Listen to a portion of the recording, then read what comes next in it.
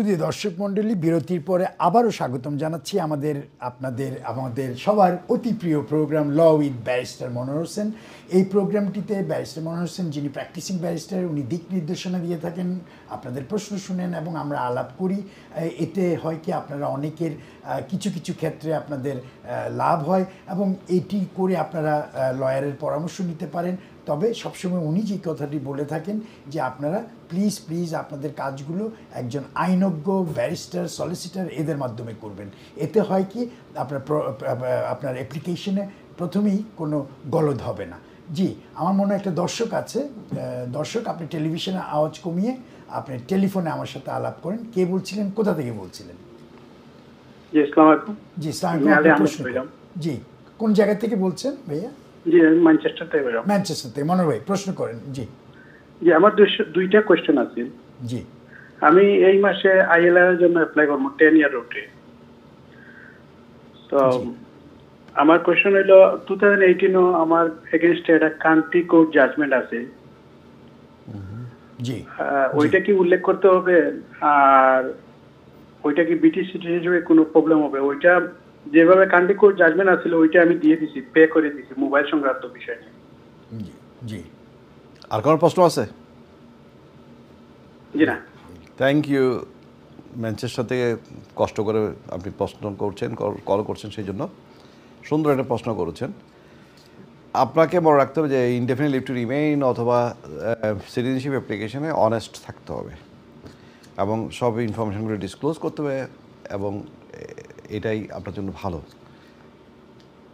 আমরা জানি যে কান্ট্রি কোর্ট জাজমেন্ট এবং যেটা আপনি অলরেডি পয়সা দিয়ে ফেলছেন, এটা কোনো আপনার অ্যাপ্লিকেশনের সাকসেস হওয়ার ক্ষেত্রে আর কোনো বাধা এটা হবে না। তবে আমরা অ্যাডভাইস করি যে তারপরে এটা ডিক্লেয়ার করার জন্য, এবং আপনি খুবই সুবুদ্ধির কাজ করবেন এবং আপনি চিন্তাও করেছেন অলরেডি যে আপনি জাজমেন্টের কপিটা দেবেন। তো আপনি সেখানে উল্লেখ করতে পারেন নাম যে আপনার এরকম একটা জাজমেন্ট হয়েছিল এবং সেটা কপি আপনি দিতে পারেন। It is good idea. Thank you. শুধু দর্শক মণ্ডলী, আশা করি আপনি বুঝতে পেরেছেন। তারপরে আপনি একটা লয়ারের পরামর্শ নেবেন, ভালো। এবং উনি যেটি বলেছেন মনোহর ভাই, যে দেওয়া অনেক সময় ভালো। মনোহর ভাই, আমরা বিরতির আগে তো কিছু সেক্টর বেজ নিয়ে এবং স্পন্সর ভিসা, ডিপেন্ডেন্ট, এগুলো নিয়ে প্রশ্ন করেছিলাম আপনাকে। আমি একটু, যেটি এখন চলছে আপনি দেখছেন, আমাদের অনেক ভাই ব্রাদাররা যারা আছেন ইউবারে কাজ করেন, ডেলিভারিতে কাজ করেন, ধরপাকড় হচ্ছে ইমিগ্রেশন, অনেকে অ্যাজাইলেমে আছেন। অ্যাজাইলেমে প্রথমে আমি অ্যাজাইলেমের অন্য প্রশ্নে যাওয়ার আগে একটা প্রশ্ন করতে চাই। সেটি হলো, মনে করেন আমি অ্যাজাইলেম করব, আমি হোম অফিসে যাচ্ছি, আমার কি কোনো ডিটেনশনের ভয় আছে? আমি কি ভয় পাবো? আমি কি যখন যাব অ্যাজাইলেম মারার জন্য, বা ওইটাকে কী বলে, ফিঙ্গারপ্রিন্ট দেওয়ার জন্য, যেটি সাধারণ ভাষায় যেটি বলে?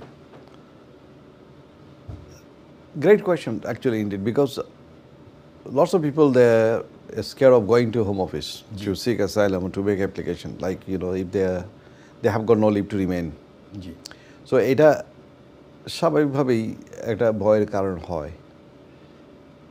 তবে আপনি যদি একটা লয়ারের কাভারেজ নিয়ে থাকেন, অ্যাডভাইস নিয়ে সেভাবে যান, আশা রাখি প্রবলেম হবে না।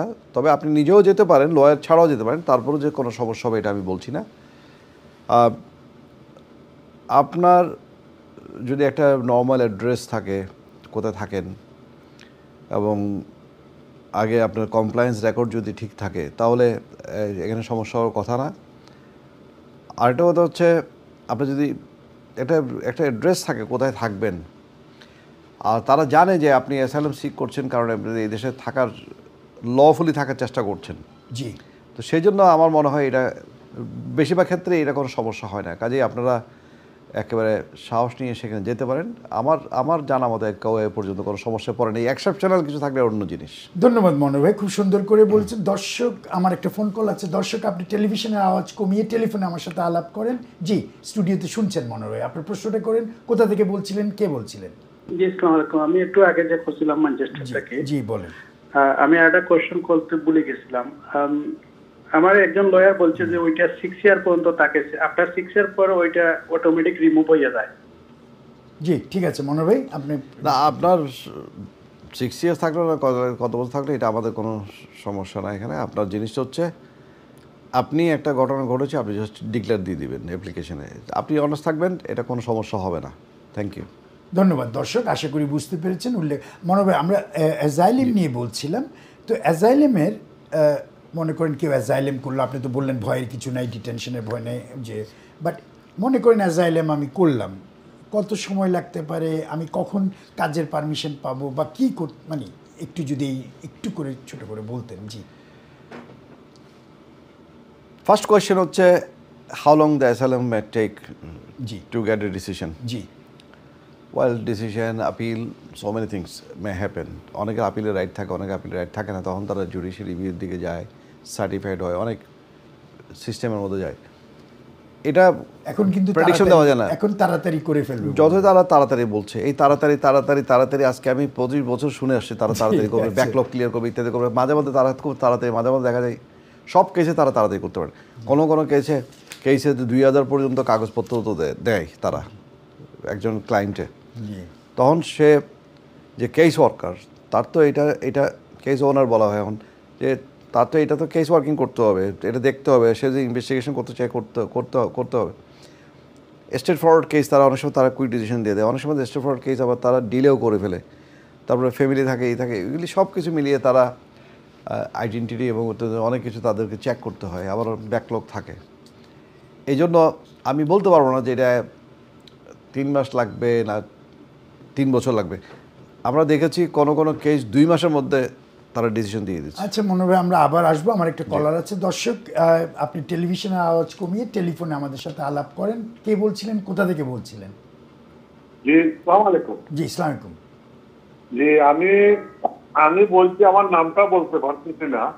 নাম বলা দরকার নেই, ঠিক আছে বলেন। আচ্ছা, তো আমি লন্ডনে আসছিলাম, ওয়ার্ক পারমিটে আছি। জি, জি, জি, জি, বলেন আপনি গুছিয়ে প্রশ্নটা বলেন, কি বলতে চান। জি, আমি লন্ডনে আসছিলাম ওয়ার্ক পারমিটে 3 বছরের জন্য। জি জি, এখন আমার কোম্পানিটা বাস হয়ে গেছে, আমার ভিসা আছে আরো 2 বছরের। এখন আমার কি করা যায়? আপনি হোম অফিস থেকে কোনো লেটার পেয়েছেন? কোনো পাই নাই। আপনি আপনার ইমেল চেক করছেন, আপনার যে ঠিকানা দিয়েছেন এইটা তো পেয়েছেন? চেক করছি। কতদিন আগে কোম্পানিটা বাস্ট বাস্ট হয়েছে? 2-3 মাস বন্ধ হয়ে গেছে কমপ্লিটলি? হ্যাঁ, কোম্পানি বন্ধ হয়ে গেছে। আচ্ছা, এটা আপনাদেরকে জানাইছিল আগে? জি, জি, আমাকে মানে জানায় না এখনো। না, কোম্পানিতে আপনি তাহলে এখন কাজ তো সেখানে আর যাচ্ছেন না? না।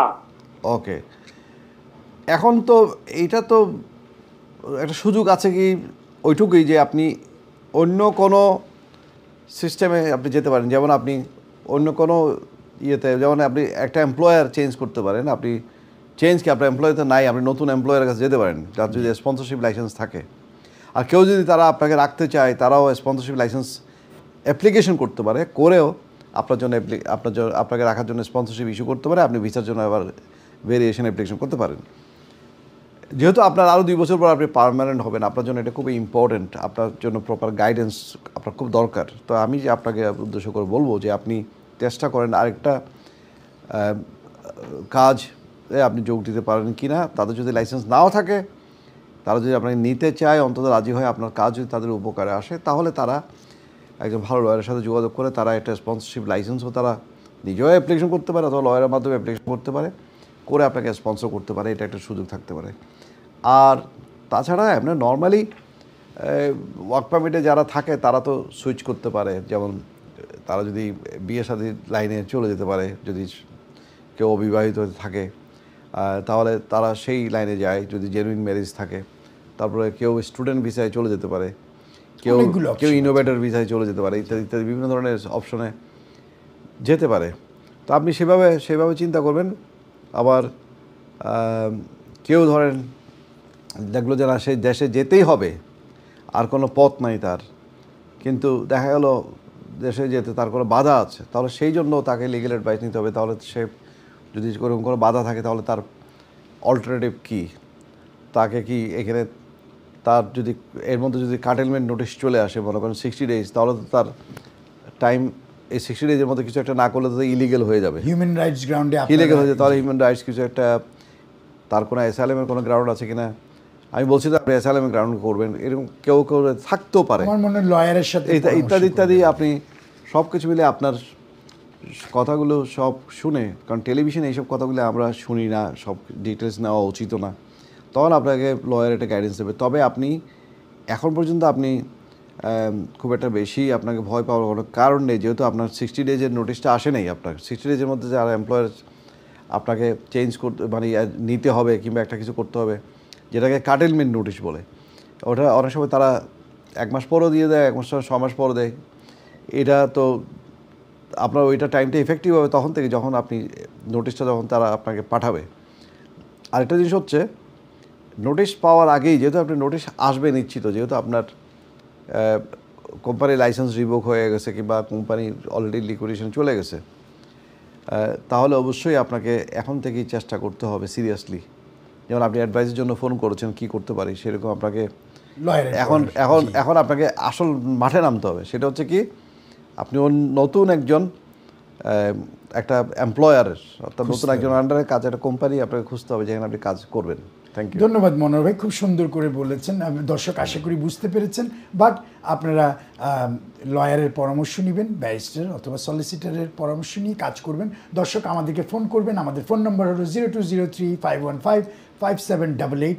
আমাদের সাথে আছেন ব্যারিস্টার মনোহর হোসেন, যিনি কমিউনিটিতে অতি সুপরিচিত এবং প্র্যাকটিসিং ব্যারিস্টার। মনোহর ভাই, আমরা রিফিউজি এবং অ্যাজাইলেম এগুলি নিয়ে কথা বলছিলাম, তো আমি অন্য 2টো প্রশ্ন আমার কাছে আছে, আমি যেটা ভেবেছি। তার আগে আমি একটা যে ছোট্ট প্রশ্ন করতে চাই, সেটি হলো যে মনে করেন আমি রাজনৈতিক আশ্রয় করলাম, আমার আবেদনটি মানে অ্যাপ্লিকেশনটা রিফিউজ হলো, তাহলে আপিল বা পুনরায় আবেদনের সবচেয়ে সহজ আপনার পরামর্শটা কি কি কি ইয়ে আছে, কোথায় কোথায় যাওয়া যায়? রিফিউজ করলে, অ্যাসাইলাম যখন রিফিউজ করে 1 মাস পরে হোক 2 মাস পরে যখন, অথবা এমনকি ইন্টারভিউ করে 1 সপ্তাহ পরেও রিফিউজ করতে পারে। অ্যাসাইলামের 2টা পর্যায়ে, একটা হচ্ছে স্ক্রিনিং ইন্টারভিউ, যেটা ইনিশিয়াল ইন্টারভিউ বলা হয়, দেন সাবস্টেন্টিভ ইন্টারভিউ অর্থাৎ প্রধান ইন্টারভিউ, লম্বা হয় সেটা। সেটার পরে তারা যে কোনো সময় ডিসিশন দেয়। এখন এই যে ডিসিশনটা দেয়, সেখানে কারো কেস তারা মনে করে যে এতই ভিত্তিহীন যে তাকে আপিলের রাইট দেয় না। জি। কিন্তু আবার সেক্ষেত্রে কোনো সময় তারা ভুল করে যে আসলে ভিত্তিহীন না, তারা ওই যে জিনিসটা কাগজপত্র পায়নি কিংবা ভুল বুঝেছে, এই জন্য তারা মনে করছে এটা তো ভেইগ একটা গ্রাউন্ড, সেটাকে ক্লারিফিকেশন চ্যালেঞ্জ করতে হয়। অনেক সময় যেহেতু সার্টিফাই করে দিয়েছে, আপিলের সুযোগ দেয় না। আবার অনেকেই আপিলের সুযোগ দেয়, রিফিউজ করলে আপিলের সুযোগ দেয়, আর কাউকে গ্র্যান্ড করে দেয়। তো এই যে আপিলের সুযোগ দিলে, এটা তো অবশ্যই আপিল করতে হবে। জি। আপনার প্রশ্নটা ছিল যে কি আপিল করার জন্য কী কী করতে হবে? আপিল করার জন্য আপনাকে তো আর কিছুই করতে হবে না, আপিল লজ করতে হবে। জি। অ্যাসাইলাম ইমিগ্রেশন ট্রাইব্যুনাল যেটা আছে, এবং কতটুকু যাওয়া যায়? First year tribunal, appeal reject, আপিলে সুপ্রিম কোর্ট পর্যন্ত যেতে পারেন। জি। কথা হচ্ছে সব কেস তো আর যেতে পারে না, কারণ একটা আপিলের ধাপ আছে। কোনো কোনো ক্ষেত্রে আপার ট্রাইব্যুনাল পর্যন্ত গিয়ে শেষ, কোনো কোনো ক্ষেত্রে আপার ট্রাইব্যুনাল যদি পারমিশন একবার দেয় তাহলে সেটা কোর্ট অফ আপিলে চলে যেতে পারে। জি। তো সেখান থেকেও যদি না হয়, অনেক সময় অনেক যেগুলি লিগেল ইস্যু থাকে, যেগুলিতে খুব ওই লিগেল পয়েন্ট থাকে, এগুলো সুপ্রিম কোর্ট পর্যন্ত যেতে পারে। এবং সেরকম শত শত কেস রিপোর্টেড আছে সুপ্রিম কোর্টে, যেগুলি অ্যাসাইলাম, মানবাধিকার ইত্যাদি নিয়ে হয়েছে। কাজেই আপনার একটা কেস হয়তো অতটুকু যেতেও পারে, নাও যেতে পারে। এটা ডিপেন্ড করে কারো সার্কমস্টেন্সেস, কারো কেসের বিভিন্ন ধরনের দিক নির্দেশনা, অথবা কারো দেখা যায় খুব ভালো কেস কিন্তু উনি উপরে যেতে চাচ্ছেন না, ফাইট করতে চাচ্ছেন না, মহাবিদ্রোহীর অনেক ক্লান্ত বলে উনি ক্ষমা দেন। আবার কেউ চায় না, আমি এটা ফাইট করব, আমি উপর দিকে যাব, আমার যত পয়সা খরচ হয় করব, কিন্তু আমি ফাইট করব। অথবা কেউ লিগেল এড পায়, তারও অনেক চিন্তা নাই, বলে ঠিক আছে আপনারা করতে থাকেন ফাইট, আমি তো আছি। তো এগুলি বিভিন্নভাবে বিভিন্ন জনের ক্ষেত্রে এগুলি ঠিক হয়, মানে নির্দেশিত হয় তার অবস্থা অনুযায়ী যে কতটুকু পর্যন্ত সে যেতে পারবে। মানে সোজা কথা কতটুকু, তাইলে মনে হবে আমরা যদি ওই লাইনেই যদি থাকি, আমাদের আমি একটু আগে বলেছিলাম অনেক ধরপাকড় হচ্ছে, তাইলে মনে করেন আমি একটা প্রশ্ন আছে এবং একটু ইয়ের মতো, ওটা একটু পরে করি। যদি আমি এটা এইভাবে আপনাকে করি, মনে করেন কাউকে ডিপোর্টেশনের নোটিশ দেওয়া হলো, তখন তার আইনি অধিকারটা কি এবং কি করতে, মানে কি আর্জেন্সিতে কি করতে পারে, জরুরিতে আর কি? ডিপোর্টেশনের নোটিশগুলো সাধারণত যাদেরকে ডিটেনশনে মানে প্রিজনে রাখা হয় তারাই পায়, কারণ ক্রাইম যারা করে। আর ইমিগ্রেশনের ব্যাপারে যাদেরকে ধরা হয় তারা তো পায় রিমুভাল ডাইরেকশনস। একসময় এগুলি সব একরকম ছিল, জি, বাট এটা একটু আপনি যদি বুঝিয়ে দেন। আমি অনেকেই ডিপোর্টেশন মনে করি, বাট এই যে রিমুভাল এটা তো অনেক ইমিগ্রেশন অ্যাডভাইজারও এটা অনেক সময় তারা ভুল করে ফেলেন। সবকিছু ডিপোর্টেশন তারা বলে থাকেন, হয়তো অভ্যাসগত কারণে হতে পারে।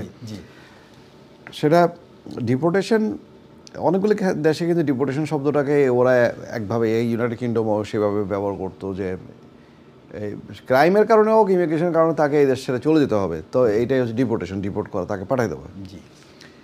আর এই ইংল্যান্ডে যেটা আমরা বুঝতে হবে সেটা হচ্ছে যারা সিরিয়াস ক্রিমিনাল অফেন্স করে, যারা 1 বছর কিংবা 1 বছরের বেশি জেল সাজা হয়, তাদের অটোমেটিক, তারা যদি ব্রিটিশ সিটিজেন না হয়ে থাকে, যদি না তাদের সিটিজেনশিপ রিভোক হয়ে থাকে, তাহলে তাদের অটোমেটিক ডিপোর্টেশনটা অটোমেটিক ট্রিগার করে।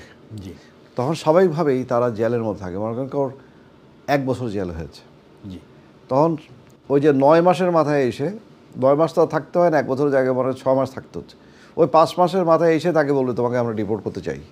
জি। তো কাজেই এখানে তখন ইন্টেনশনটা জানাই দেওয়া হয় এবং সেখানে ডিসিশন দেওয়া হয়, তখন সে তাকে ছাড়া হয় না, যেহেতু তাকে করা হয়, ডিপোর্টেশন করা, তাকে তখন ইমিগ্রেশন ডিটেনশনে নিয়ে যাওয়া হয়। সেটা প্রিজনের বাইরে আরেকটা জায়গায়, হোটেলের মতো। সেখানে যখন নিয়ে যাওয়া হয়, সেখান থেকে উনি এইটা ডিপোর্টেশনের ব্যাপারে তখন আপিলের একটা সুযোগ থাকে। এটা আরেকটা হচ্ছে রিমুভাল, যেটা আমরা সেকশন 10 রিমুভাল বলি, যেটা ইমিগ্রেশন একটা আন্ডারে, সেটা অ্যাডমিনিস্ট্রেটিভ রিমুভাল। জি। প্রশাসনিক রিমুভালের বাংলা কি হইতে পারে? তাদেরকে বের করে দেওয়া, প্রশাসনিক সিদ্ধান্তে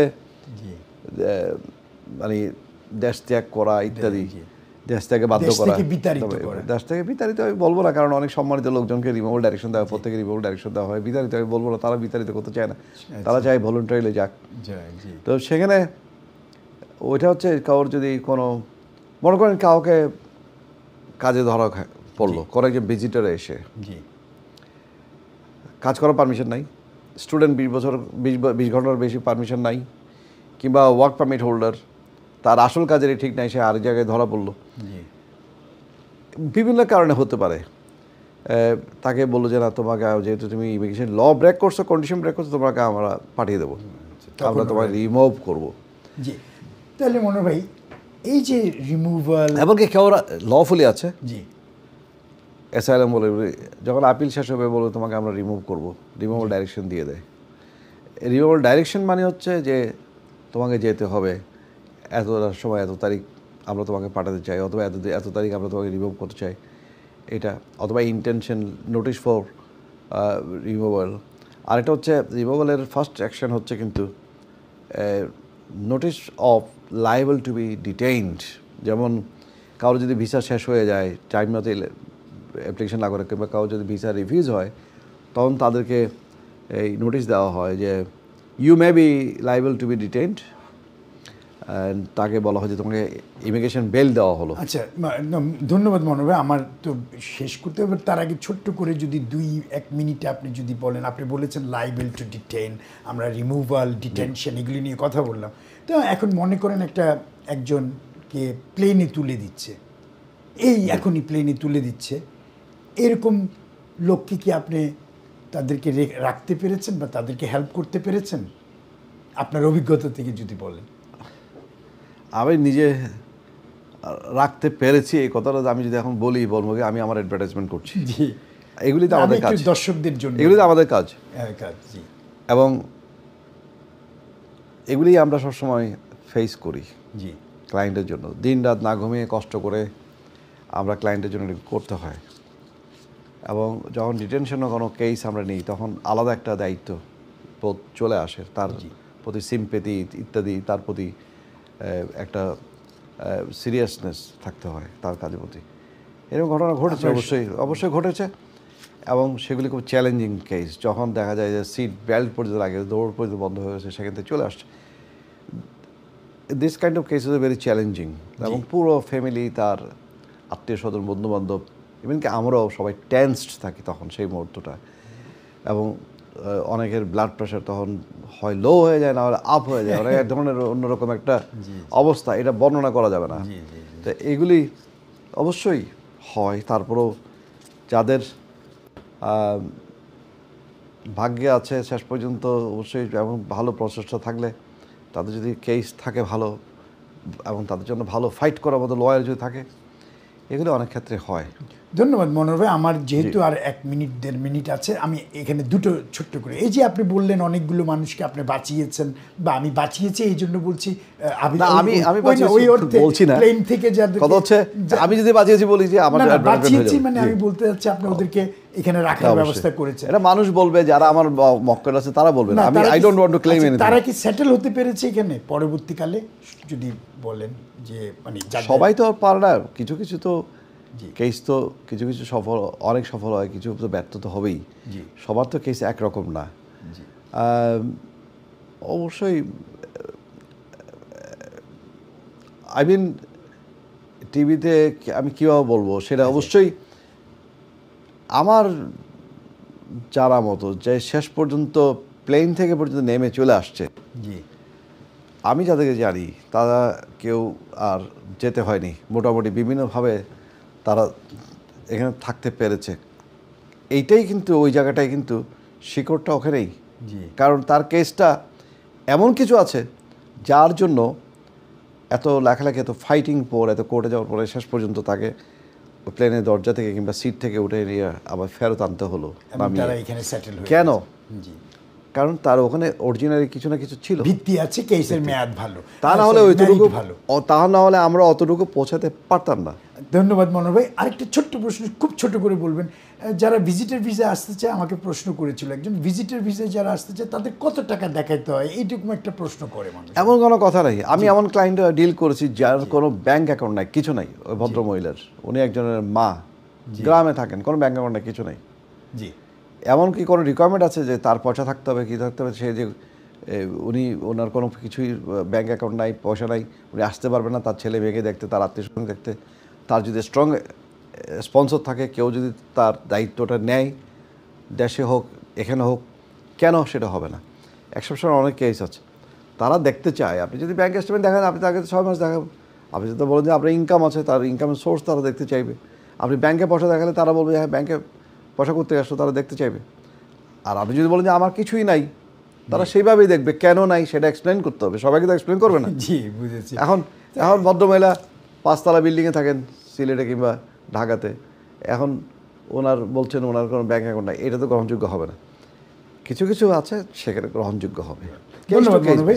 আমরা আশা করি পরবর্তী প্রোগ্রামে আরও সুন্দর করে এইভাবে আলাপ করব। ধন্যবাদ মনোহর ভাই। আজকে দর্শক আপনারা যারা প্রশ্ন করেছেন, আপনারা প্লিজ আমাদের এই প্রোগ্রামটা দেখবেন, ল উইথ ব্যারিস্টার মনোহর হোসেন, এবং কালকে যারা দেখবেন বা পরশু দেখবেন বা অনলাইনে যারা দেখবেন ফরওয়ার্ড করে দিবেন, অনেকের উপকার হবে।